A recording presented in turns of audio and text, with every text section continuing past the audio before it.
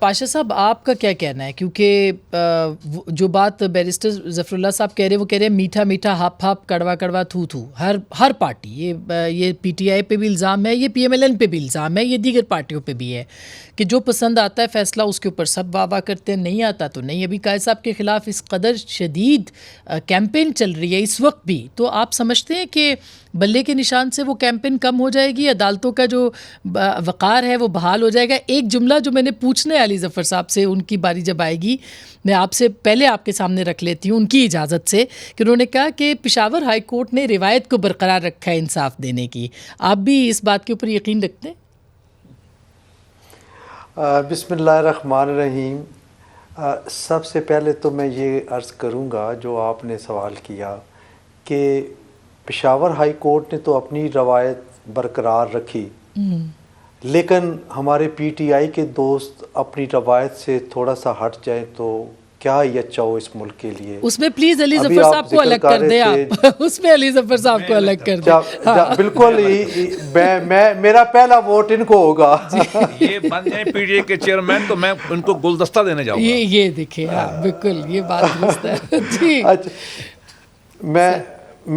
میں یہ عرض کر رہا تھا کہ آپ نے ذکر کیا جناب جسٹس قاضی فائز صاحب کے حوالے سے. آپ یقین کریں کہ جس انداز میں ان کے سوشل میڈیا ایکٹیوسٹ اور مختلف گروپس میں ان کو گالیاں دی جا رہی ہیں، وہ میں نے ایک دو جب دیکھی تو مجھے افسوس ہوا. جس انسٹیٹیوشن کو وہ ہیڈ کر رہے ہیں پاکستان میں، آج وہی انسٹیٹیوشن ان کو بچانے کے لیے آیا. آروز نے ان کے نامینیشن پیپرز ریجیکٹ کیے، ایک طوفان آ گیا پورے ملک میں، سوشل میڈیا پہ ادروائز جہاں دیکھو گالیاں دے رہے ہیں.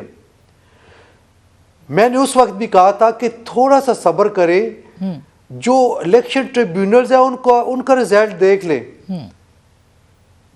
ان کا کیا رزلٹ آیا کہ ہائی کورٹ کے ججز تھے، کوئی دباؤ نہیں تھا، انہوں نے آزادانہ فیصلے کیے. اور آپ دیکھیں کہ 90% نامینیشن پیپرز الاؤ ہوئے. لیکن مجھے افسوس ہے، علی ظفر صاحب سن رہے ہیں، میرے بڑے بھائی ہیں، میں ایک بات ضرور ان کے کانوں تک پہنچاؤں گا کہ کاش ان کے ورکر اور ان کے ایکٹیوسٹ اسی انداز میں کورٹ کو سراہتے، ان کی عزت کرتے اور ان کو اپریشیٹ کرتے کہ آج جوڈیشری آزاد ہے اور آزادی کے ساتھ انہوں نے فیصلے کیے. آپ دیکھیں کہ جب سے جسٹس قاضی فائز صاحب آئے ہیں، انہوں نے کتنے لینڈ مارک کیسز ڈیسائیڈ کیے ہیں. 2 مہینے بحثیں ہوتی تھی، انہوں نے 2 دن میں کیس ختم کیا الیکشن والا. کیا اس کا کریڈٹ آپ نے دیا ان کو؟ بالکل نہیں. پریکٹس اینڈ پروسیجر ایکٹ کا انہوں نے 1 دن میں 2 دن میں فیصلہ کیا، اپنے اختیارات تقسیم کیے اپنے برادر ججز کو. آپ نے اپریشیٹ کیا؟ بالکل بھی نہیں کیا. میں سمجھتا ہوں کہ یہ جو عدم برداشت کا کلچر ہے یہ ختم ہونا چاہیے، اور خاص طور پہ ان کو برداشت کرنے کی عادت ہونی چاہیے. کل یہ نہ ہو کہ الیکشن کے بعد آپ کے ساتھ بیٹھ کے پی ٹی آئی کے دوست یہ کہہ رہے ہوں کہ یہ ہمارے ساتھ جاتی ہے. آج وقت ہے، بالکل متنازع نہ بنایا جائے چیزوں کو، لیکن جو اعتراض ہے وہ کرنا چاہیے. سیاسی جماعتوں کے ساتھ ہوتا رہا ہے، ماضی میں پیپلز پارٹی شکایت کرتی رہی ہے، نون کرتی رہی ہے، اس وقت پی ٹی آئی کی بھی شکایات ہے. تو